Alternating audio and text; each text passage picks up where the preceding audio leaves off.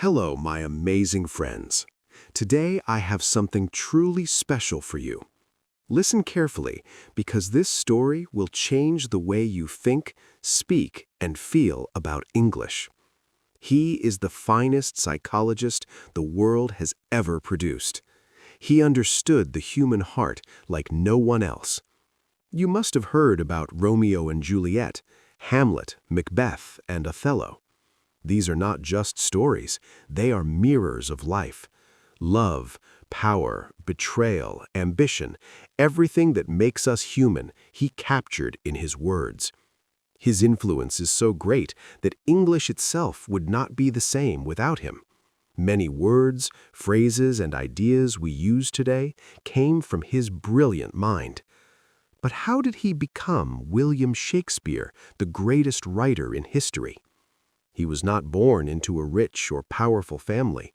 He did not go to a grand university, yet he became the most famous name in literature. So, if you are learning English today, if you struggle with words, if you wonder how to express yourself, this story is for you. Because Shakespeare himself started as an ordinary boy, just like anyone else. This is a story of struggle, passion, and unstoppable creativity. So sit back, listen carefully, and enjoy. This will not only improve your English listening skills, but also fill you with inspiration. It was a cold April day in the year 1564, in a small English town called Stratford upon Avon. A baby boy was born. His parents, John and Mary Shakespeare, held him close, never knowing that their son would one day change the world. His name was William Shakespeare.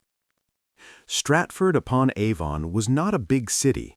It was a quiet town with narrow streets, wooden houses, and a river flowing gently through it. People lived simple lives, working as farmers, traders, and craftsmen. William's father, John Shakespeare, was a glove maker. He made fine leather gloves and sold them in the town market. He was a hard-working man, respected in the community. His mother, Mary Arden, came from a wealthy farming family. She was kind, strong, and full of love for her children. William was the third of 8 children.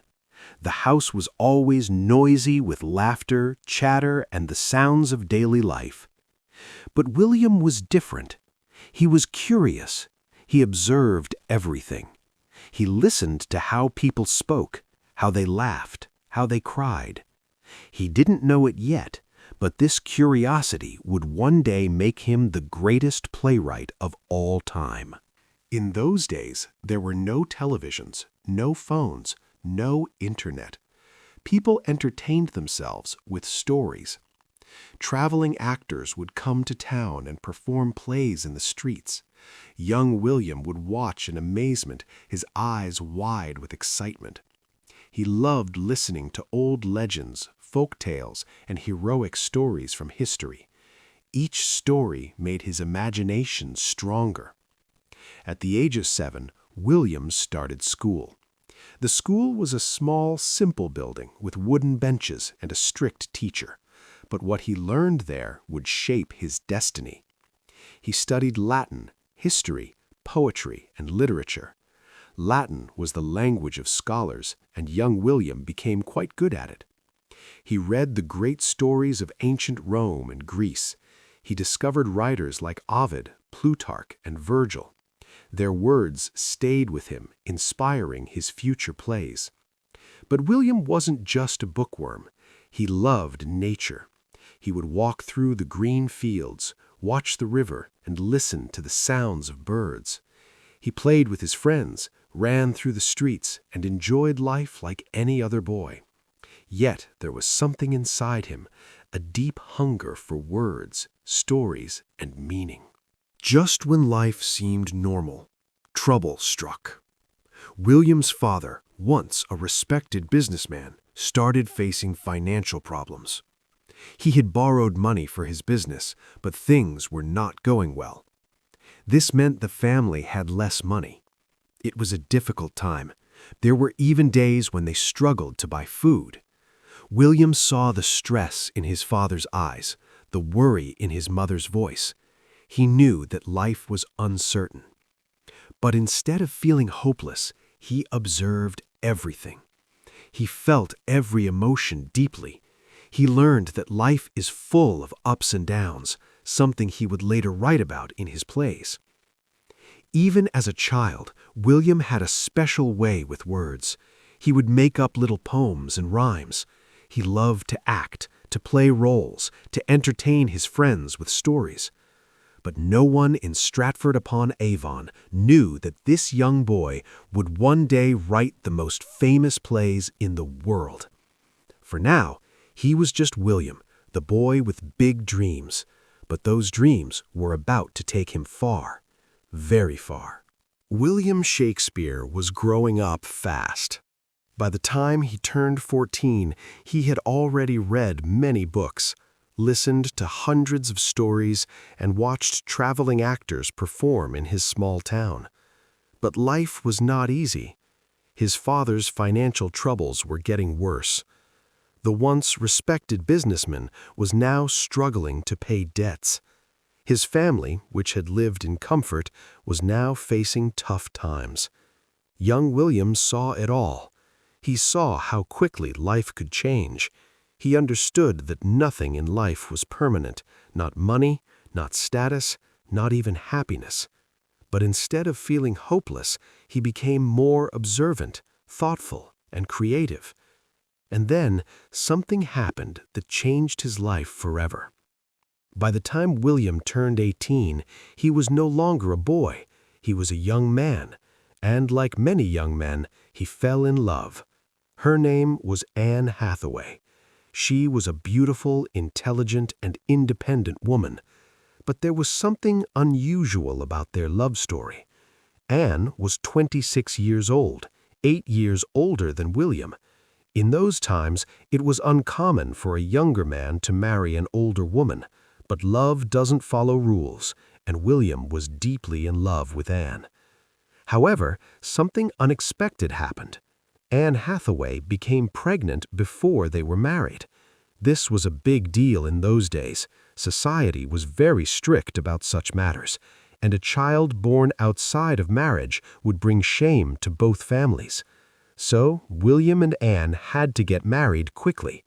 In November 1582, at just 18 years old, William Shakespeare married Anne Hathaway. He was still a young man trying to find his way in life, and now he was about to become a father. 6 months after the wedding, Anne gave birth to their first child, a baby girl named Susanna. 2 years later, in 1585, Anne gave birth to twins, a boy, Hamnet, and a girl, Judith. At just 21 years old, William Shakespeare was a husband and a father of 3 children. Life was moving fast, but there was one problem. How would he support his family? His father's business was still struggling, and William had no stable job. He knew he had to find a way to make money, but what could he do? He had no interest in working as a glove maker like his father. He had no land, no title, no fortune, but he had words, he had stories, he had a burning desire to create. 1585 to 1592. This was the period of Shakespeare's life that historians call the lost years, because no one knows exactly what he did during these 7 years. There are no records of him working in Stratford, and no one knows for sure how he survived. But there are some theories. One, some say he became a school teacher. Since he was well educated, he might have worked as a private tutor for a rich family. 2, some believe he worked as an actor. He might have joined a traveling theater company, learning the art of performance. 3, others say he got into legal trouble and had to leave Stratford. One story suggests that he was caught hunting illegally on a rich man's land and had to run away. Whatever the truth may be, one thing is certain. By the time Shakespeare reappeared in history in 1592, he was no longer just a small-town boy. He was in London, ready to take on the world. London in the late 1500s was a city full of energy, ambition, and opportunity. It was the heart of England's theater scene, filled with actors, writers, and poets, all competing to make a name for themselves. Shakespeare arrived in London with no money, no connections, and no experience. But he had something more powerful: talent, determination, and an unstoppable passion for storytelling. He began working as an actor in small theater groups. He studied everything: the way people spoke, how they moved, how they expressed emotions. And soon he started writing his own plays. At first, he wrote simple, entertaining plays to make people laugh. But as time passed, he realized he could do more. He could write plays that made people think, feel, and question life itself. By 1592, Shakespeare was becoming well known in London's theater world, but not everyone liked him. A famous playwright named Robert Greene insulted him in a letter, calling him an upstart crow, meaning a nobody who was trying to act like a great writer. But Shakespeare didn't let it stop him. Instead, he worked harder. He wrote more plays, performed in more theaters, and gained the respect of actors and audiences. Then, in 1593, something terrible happened. A deadly disease called the plague spread across London. Theaters were forced to close, and Shakespeare suddenly found himself without work. But he didn't give up. Instead of writing plays, he started writing poems. He wrote two famous long poems, Venus and Adonis and The Rape of Lucrece. These poems made him rich and famous. Even the Queen of England, Queen Elizabeth I, was impressed by his work. By 1594, theaters reopened, and Shakespeare returned to doing what he loved most: writing and performing plays. From 1594 onwards, Shakespeare became part of a famous acting company called the Lord Chamberlain's Men. He was not just writing plays, he was performing in them. His plays were full of love and heartbreak, like Romeo and Juliet, power and ambition, like Macbeth, betrayal and revenge, like Hamlet, jealousy and madness, like Othello. By the late 1590s, Shakespeare was one of the most famous playwrights in England. But Shakespeare didn't stop. He wanted more. More success, more influence, and more masterpieces that would stand the test of time. And that's exactly what he achieved. In 1599, something extraordinary happened. Shakespeare and his acting company, the Lord Chamberlain's Men, decided to build their own theater. They named it the Globe Theater. Imagine the scene: a massive, circular theater with an open roof.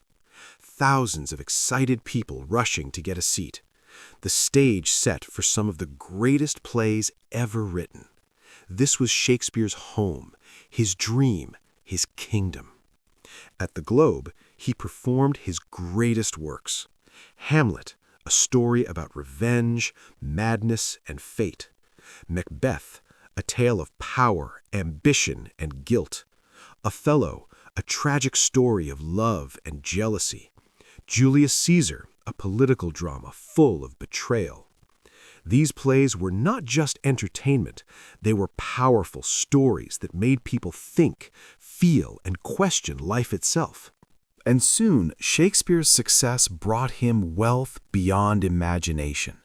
By the early 1600s, Shakespeare was not just a famous writer, he was one of the richest playwrights in England.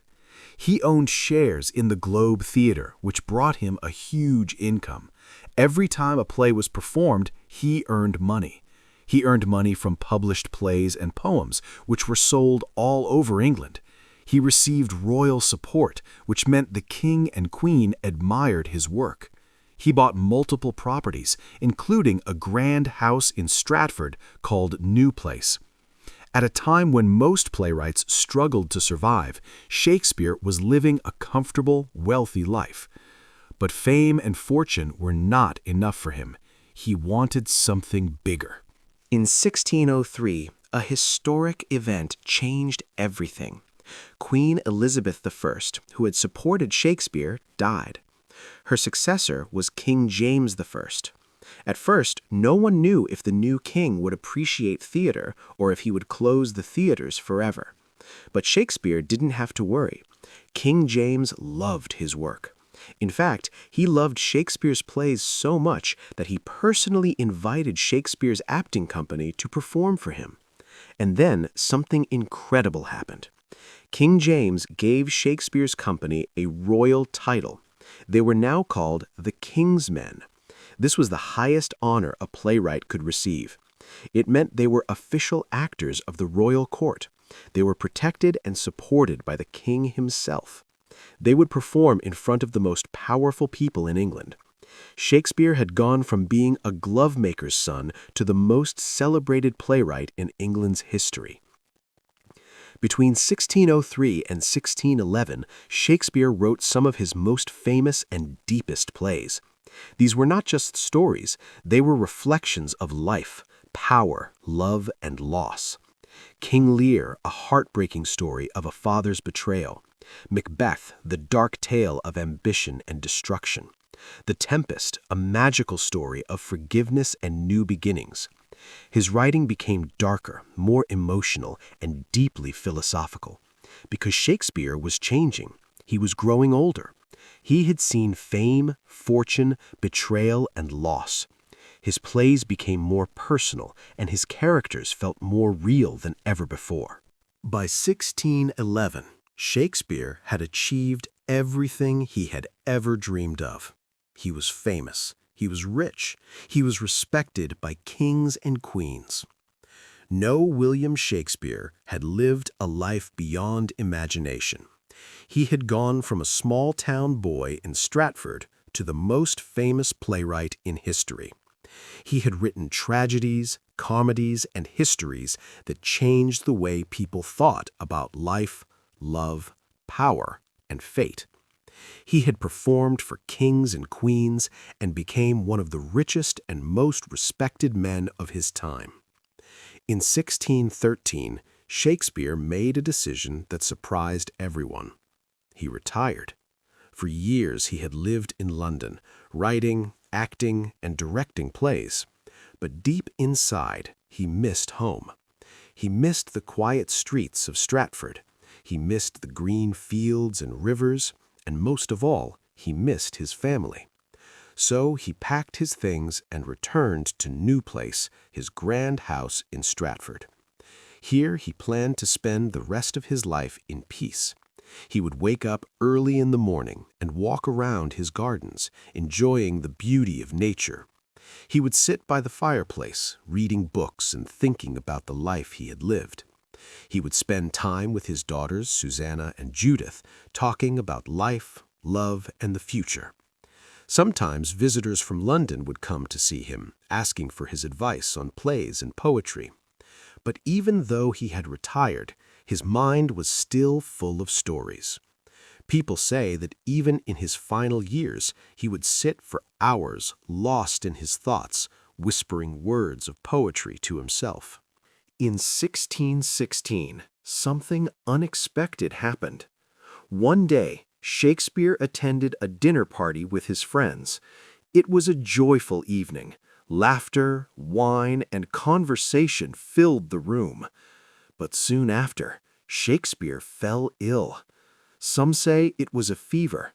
Some say it was a disease caught from the cold weather. No one knows for sure. But within days, his health declined rapidly. His family and friends gathered around him, knowing that the greatest writer in history was leaving this world. On April 23, 1616, at the age of 52, William Shakespeare breathed his last breath. The world had lost a genius, but his words would never die. Before his death, Shakespeare wrote a few lines that would be his final words to the world. He knew that after his death, people might move his body from his grave, so he wrote an epitaph, a short poem warning anyone who tried to disturb his rest. "Good friend, for Jesus' sake forbear to dig the dust enclosed here. Blessed be the man that spares these stones, and cursed be he that moves my bones." Even in death, his words were powerful and eternal. When Shakespeare died, Stratford fell silent. People gathered at Holy Trinity Church, the place where he was baptized as a baby, to say their final goodbyes. The church was filled with people, actors, writers, family, friends, and simple townsfolk who had known him since childhood.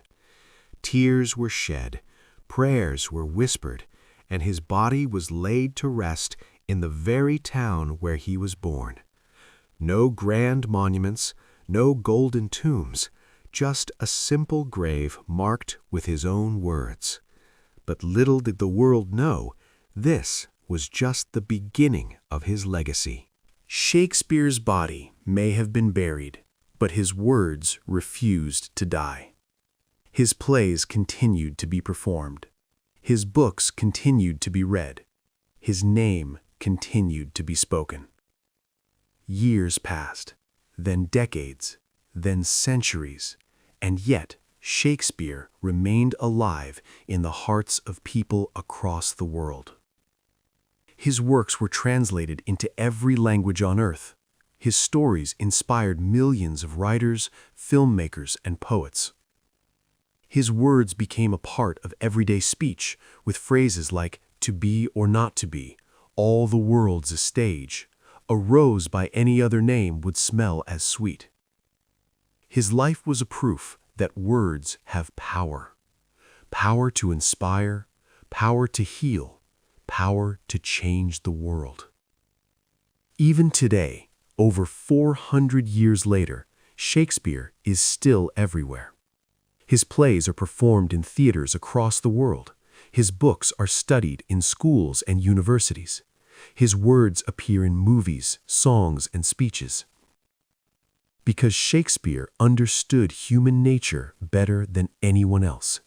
He wrote about love, betrayal, ambition, jealousy, fate, and dreams, things that every human being can relate to.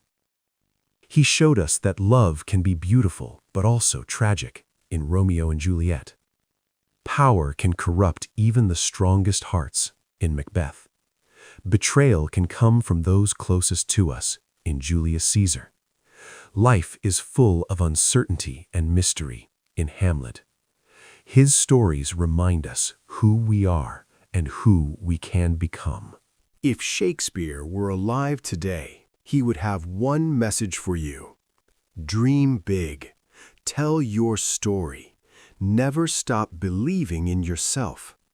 Because he was just a small-town boy from Stratford who dared to dream beyond the ordinary. And today, his name is written in history forever. William Shakespeare's life may have ended, but his story will never end. And now it is in your hands. His words are yours to read, to learn, and to share with the world. My amazing friends, you have a dream, right? Maybe you want to be a writer, an actor, a speaker, a leader, a creator, someone who leaves a mark on this world. But sometimes fear stops you. People doubt you. You feel like giving up. Let me tell you something powerful today. William Shakespeare was just like you. He was born in a small town. He had no rich family. He had no connections. No one believed he would be famous. But he had one thing, a dream. And that dream changed the world. Now it's your turn. You have a fire inside you. You have a story to tell. You have a voice that matters. Don't let fear stop you. Don't let people tell you you can't do it. Because the truth is, you can. You are stronger than you think. You are greater than you believe. You are one step away from changing your life forever. So, my friends, never stop chasing your dream. Start today. Work hard. Never give up. And one day, just like Shakespeare, your name will be remembered. Now, if this story inspired you even a little bit, then like this video so I know you felt the power of this message. Comment below. Tell me, what's your dream? Let's inspire each other. Subscribe and hit the bell icon because we are on a journey of learning, growing, and becoming unstoppable together. My amazing friends, your future is waiting for you. Go and make history. And always remember, it is not in the stars to hold our destiny, but in ourselves. William Shakespeare. And maybe, just maybe, you are the next great storyteller. The world is waiting for you. See you in the next video. Stay inspired, stay unstoppable.